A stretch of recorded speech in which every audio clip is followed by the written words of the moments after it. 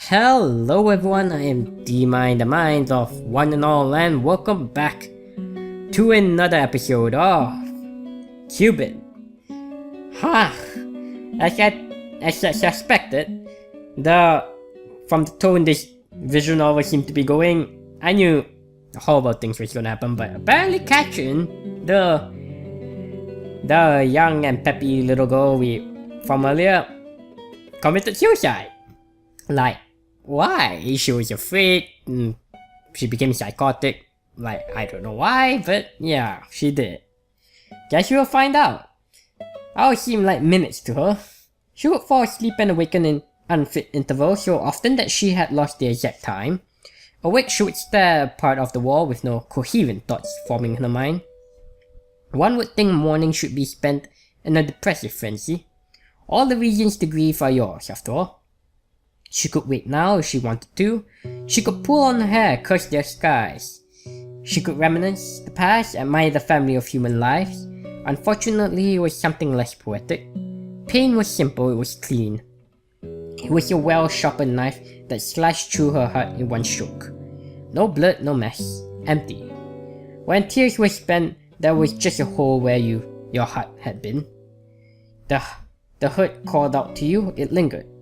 But since there was nothing there anymore, you couldn't find where the pain ended and we just slept all day. The sun had gone down twice before she shifted from her bed. She stood up slowly, deliberately, with a purpose. My child, you know, I hurt when you're hurt. I hurt when you're hurt. I'm hurt when you're hurt. Already a surge of power flowed within her, fueled by her grief. The power filled her up. And there was so much emptiness inside that the energy seemed to saturate her whole body. Purpose was always a balm for grief. Mother, tell me what to do. Justice. Retribution. Well, some people would say justice demands retribution. So yeah, it demands retribution. You know? Start with his guilt, child. Uncover his lies, crush his mask. He must pay for everything he has done. Roya didn't speak, but she started to form the words in her mind, feeling them in her bones, giving life to every thought. She took a small knife and carved a symbol on the floor. It didn't need much, a guilt spell. She's a witch. It didn't aim to punish, it only aimed to inform. She needed to know how much guilt the man carried, and the source of such guilt.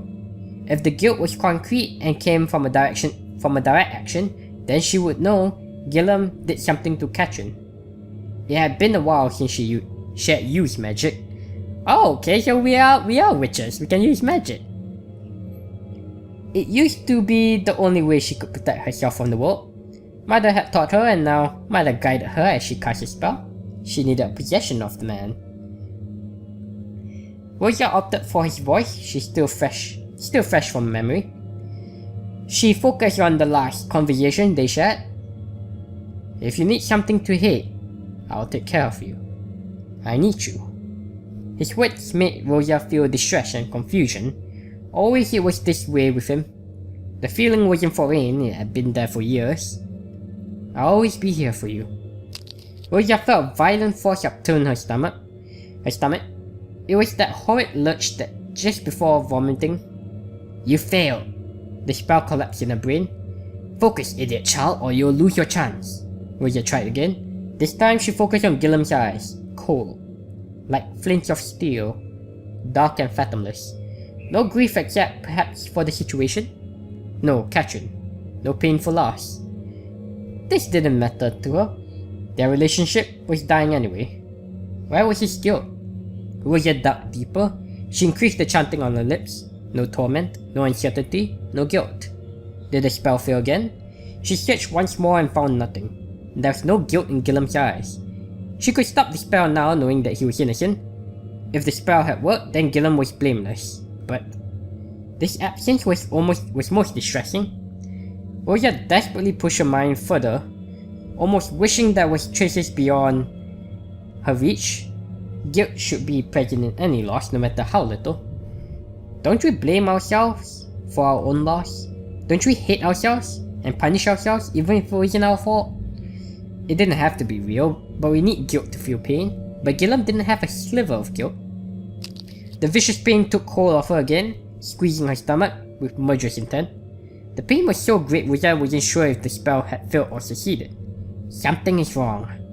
Before Ruya could agree with Mother, she felt a sharp pain in the throat. Ruya clutched her neck, scraping, scratching. A sharp, jagged lump was blocking her breathing. She could feel its edges crawl up her windpipe, tearing the soft walls as it moved about. The pain did not stop. Ruya fell to her knees and gagged. Huge strips of blood spotted. Spit ran down her chin. She thrashed about like a woman being strangled. Mother remained calm, unaffected by Ruya's distress. Ruya was about to expel whatever it was. Tears ran down her face, the horrible acidic taste coated her tongue. Finally, she opened her mouth and forced the vile thing out. She kept her eyes shut, afraid to look at whatever had come out of her. But the choking feeling gripped her, and she puked again. The liquid dripping from her mouth thickened and congealed. It wasn't spit anymore, but blood. It gathered around her knees in a growing pool. Ruya panted, every breath was laced with pain, but the gruesome effect had finally stopped. She wiped the sweat on her forehead. Something on the floor reflected light. She struggled to comprehend what was in front of her. She reached out with her hand and the prick of something sharp made her recoil. She tried again, this time seeing more clearly. Ruya picked them up with shaking hands. Needles. In her palms were a handful of long metal needles. She had regurgitated them along with blood and jagged pieces of flesh. Ugh. Ruya examined them with a horrified kind of curiosity. She stuck one in her thumb and it drew more blood. They were real. They had materialized in her throat while casting the spell on Guilhem. Ruya wiped them off. There was something wrong with him. Something potent and dark. Or could it be that she had merely botched the spell horribly? She had pushed her limits this time, she had gone too far, but still a tugging concern was forming. It was as real as the metal needles in her hand. Ruya tried to stand up on her feet, but she was exhausted. Her knees failed her, and she crumpled on the floor like a rag. I knew it. Must get to the bottom of this. Yeah, we must get to the bottom of this. Are you quite alright, my darling? Now you see it too. There's a sinister force at work. Get up. We have a lot of work to do. Must find out what he is and stop him. Ruya stared at the needles in her hand. Who are you really, Guilhem?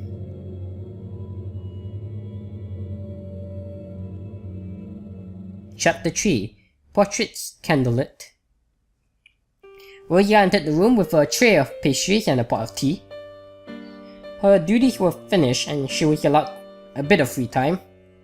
She thought of accompanying Catherine for today's piano lesson. Cat, do you want some tea? The girl didn't look her way. Yes, she did. She continued to churn out the bitter melancholic sound from the piano. Ruya sighed, her shoulders slumped in defeat. She placed the food on the table. Or this in the past. She sat on the stool beside the piano, twiddling her thumbs, while her friend continued to stew in her foul mood. Is that a new composition? It sounds nice. Nowadays you make a new piece every day. It's a shame they're all so sad. Catherine didn't reply to that, but when she spoke again, her words were bitter. I saw them again, those degenerate louts. No shame at all. Kath. Alright, consenting diamond outside and all that. At least have the decency to close the door. Sometimes I dare say that they want to get caught. When I walked in on them this morning, eating each other's faces, they had this look on them. Like they were daring me to say something. Why? Do they want my applause? Very nice technique, sire. I very much like the way you swapped your spit with my sister. Great tongue action. Très marvelous. I can't pronounce French. I don't know how to speak French. And he even has the gall to speak to me. Be a dear and put them on the table, Catherine, he said. Like I am a soft-headed giggle mug of a maid. He wanted me to get annoyed, I just know it. Well, yeah, I am. Catherine turned to the tea and pastries, stuffing the buttered bread into her mouth. Easy there. These damn things. These damn delicious things. She said the last part angrily as if she blamed her troubles on the food's relish. Rosa giggled in spite of herself.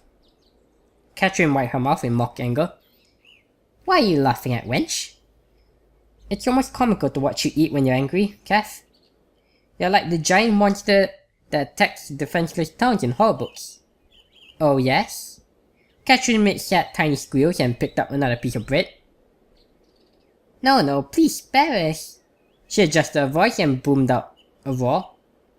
The Catrinian monster of the deep doesn't show mercy to anyone. She dropped it in her mouth and chewed savagely. Yum! Annihilation is delicious, tea. Why did you commit suicide? And I think this is just a flashback then. The two girls giggled. Catherine's rare smile turned into a rueful laugh. And soon Rosa felt her mood turning somber again. What happened anyway? Aren't you annoyed by it too?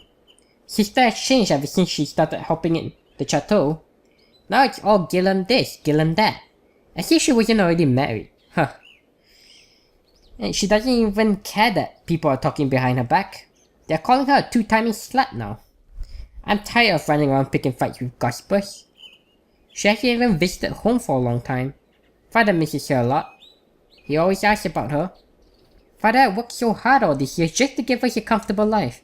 Now he's sick and all she cares about is that dastardly Marquise. Rosa shrugged.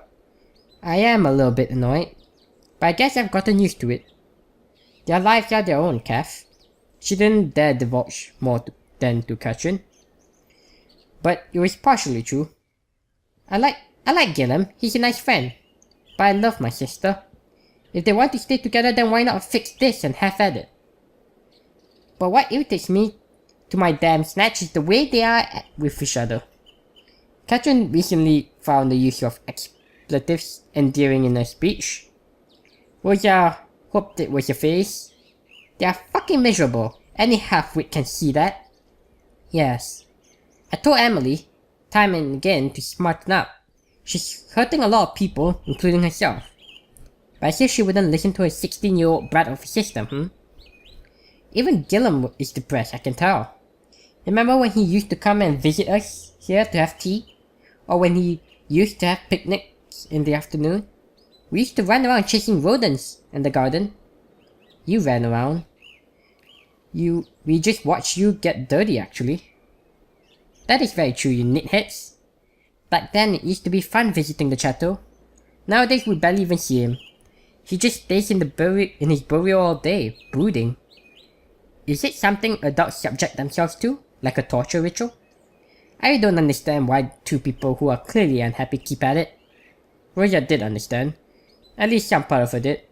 She couldn't exactly explain how pain and love work. All she knew was that it had something to do with an obsessive amount of hope. She felt Mother tugging at her mind. She loved Mother so much. Living with the Perrits gave her ample comparison to her former life. She had finally accepted that Mother was cruel, and yet Mother still gave her love and kept her from wanting. Was that crazy? Perhaps it was the only love she needed. Perhaps it was what she deserved. Rosa shook the thoughts of her mind and just shrugged. I know you're just worried about your sister, Kath, but they will figure it out. Humans learn. Look at you, all profound and shit. You read any good books lately? Just a riveting account of The Ugly Duckling and Baba Black Sheep. Ah, the classics. I don't know how you put up with it, though. I hate reading words. In order to write... Wait, that's me. In order to write, I have to learn how to read first. I want to write. Why would you want to do a dastardly thing like writing? Why would you want to hit some crazy strings until your fingers bleed? The two friends laughed again. I want to remember things. I want to write them down. But most of all, I want to feel the way you do when you play the piano, Kath. Oh? The way you look when you play, you have passion and bliss in musical form. It feels like love, like magic. You inspire me to do something fulfilling and grand. Well, I'm sure you will. Hey, why not write a play one day? Oh? Let's do it. You write an amazing play, and I shall provide the music. We'll travel around the country and perform. We'll make lots and lots of money and gain lots of followers. We shall be known as the Parade Caravan of Wonders. Parade? Are you sure? Puns are the best, trust me. That sounds darn batty, Caddy. Ugh. From this day forward, nobody's allowed to call me Caddy ever again. The sound of a knock interrupted their giggles. Katrin, it's me. I need to discuss something important with you. Frustrated, Katrin pouted at the sound of her sister's voice. She turned back to the piano and began to pound a sarcastically happy tune. Rosa stood up to open the door. Hello, Rosa. Hello, Rosa. Madame? She had seen little of Theodore Parade's sister recently, and it astounded her how old she had begun to look. Her once radiant face looked tired and harrowed, almost crone-like. Under her eyes hung huge bags. And yet she still looked quite dignified, full of pride and pomp. There was extra rouge on her skin, and her demeanor was elegant. It was as if pride was her only source of nourishment these days. Do you mind giving Katrin and me a moment of privacy? Rosa gave a small bow. Of course not, madame. Rosa gathered her nursery books and squeezed Katrin's shoulder before stepping out of the room. Rosa entered the quiet room of the library. She was about to approach the table when she noticed Guillaume already occupying a seat. He was writing something in a book, somewhat immersed in the activity. Rosa stopped dead in her tracks. Leave now while he's not looking, child. Just go in and ignore him. Huh. Leave now while he's not looking, or just go in and ignore him? I know. Ignore him, I guess. Why are you so nervous anyway? Just ignore him. He doesn't seem to notice you. Unfortunately, Guillaume lifted his head and saw her by the door. Oh, hello, Rosa. Rosa took a step back. Maybe it was best to walk away as if this were a mistake. But wouldn't that be rude? He had already seen her after all. But she had never been alone with him. It was just too awkward. Well, why not just go in? It was going to be fine. They had conversed normally before. Yet, that was because Katrin had been around to disperse her awkwardness. She's just like, no. Now I look like an idiot. Guillaume watched her pace in front of the door in amusement. Rosa decided to go in. She had already embarrassed herself enough anyway. There was little left to lose. Besides, there was nowhere else to go in this big house. She had already gotten lost in its hallways, much to the annoyances of the maitre d'. I don't know how to pronounce that. The library was her favorite place. If she stayed quietly in one corner, Rosa was surely they wouldn't bother each other. Well, I was sure they wouldn't bother each other. She took a seat at the farthest corner of the table and opened her book. Oh no, he's actually standing up and walking over? No, you horrible man. Just sit over there while I sit over here. But Guillaume was already beside her, peeking at what she was reading. A cold sweat spread on her scalp. Rosa, that book. Rosa began to chatter nervously. I know it's a children's book, sire. I'm teaching myself to read. I know most commoners don't really bother, but I want to learn. So please don't laugh or mock me. Guillaume pointed to the book. It is upside down. Rosa stared at it. The ducks in the picture had their feet up in the air.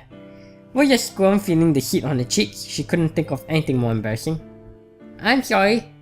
Guillaume's face lost its cheer. What do you need my forgiveness for? Rosa looked up at Guillaume. His eyes lacked the gentle glint they usually had. It was such a subtle change, something felt rather than observed. She thought he would reprimand her further. His face certainly looked like it. Instead, he sat down beside Rosa, drumming his fingers along his cheek, while he watched her wordlessly. Well? Weren't you going to read? What's wrong with him today? He didn't seem like himself. Had he eaten something bad? The aura he exuded was not his usual friendly warmth. Yet, it wasn't particularly wicked. The look on his face just read, slightly and eternally miffed. Rosa turned the book upright and read the words out loud. Oh, once here, that is the U. with the short sound is pronounced like this. Gillum made the sound with his face still in his lazy stare. Ruya nodded and continued. Her nerves were fragile, but she was actually at ease in his presence. She felt like a child being taught by their parent. The parent was strict, but still caring. And the child was jumpy, but eager to learn and please. Most of all, he would not hurt her for mistakes. Ruya was almost sure. There lived, the past tense of live. Why do we change it? It is a rule of grammar that... Grammar? Gillum narrowed his eyes at her. Do you even know your alphabet? Ruya shook her head. You should start there. Gillum rose from his chair and disappeared among the shelves.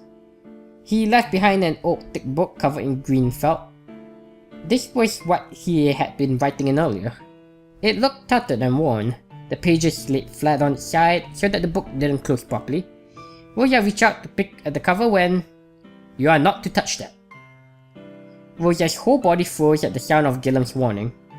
Gillum stared, followed her even as she whispered numerous apologies under her breath.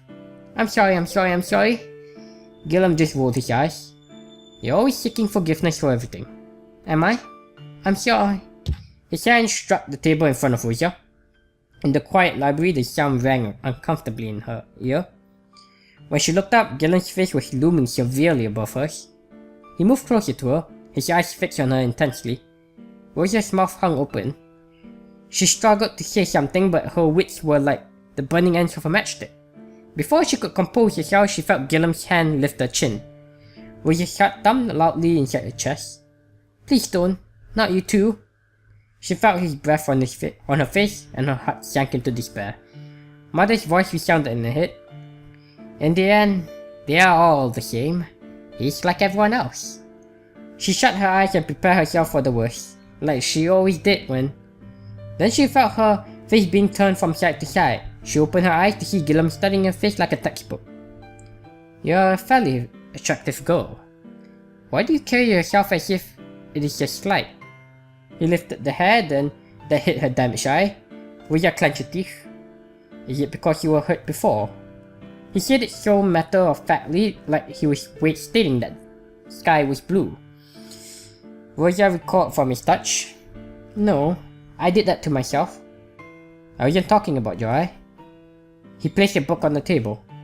It was a thin pamphlet filled with letters. There were lines on the book that instructed the user to trace letters with their quill. Ruya wanted to focus on it, but she could feel the truth in the Marquis's words stinging her. It was the way you went limp when I touched you. Next time I advise you to fight back. If you don't want to be touched, then you don't have to be. Do you understand this? But I am weak. Says who? His eyes were humorless. The world cares not for people who think of themselves as victims, Ruya. If you need power, then be powerful. To have it, it is necessary to crush things along the way. Ruya flinched under the weight of his stare. She realized that the polite and courteous Gillum was but a facet. It was still him, but it was nothing but an oil portrait, an artwork of his devising. Synthetic, aloof, and irrelevant, it couldn't capture his essence in a few human strokes. Suddenly Ruya realized it was powerful. Who are you? She caught herself before saying it aloud. You're not Gillum. And yet, he spoke to her as if he knew what it was like to hurt and to fear. If you don't start acting like you own yourself, then people will not hesitate to take everything. He laid out the rest of the books he had brought out. One was an activity book for children. Yet, it had a picture of a child holding an apple with an arrow stuck in it. Another was a book of limericks. The other two were thicker books that intimidated her. She would come to know them as Hamlet and Paradise Lost. But the one that caught her eye was an ornately designed book.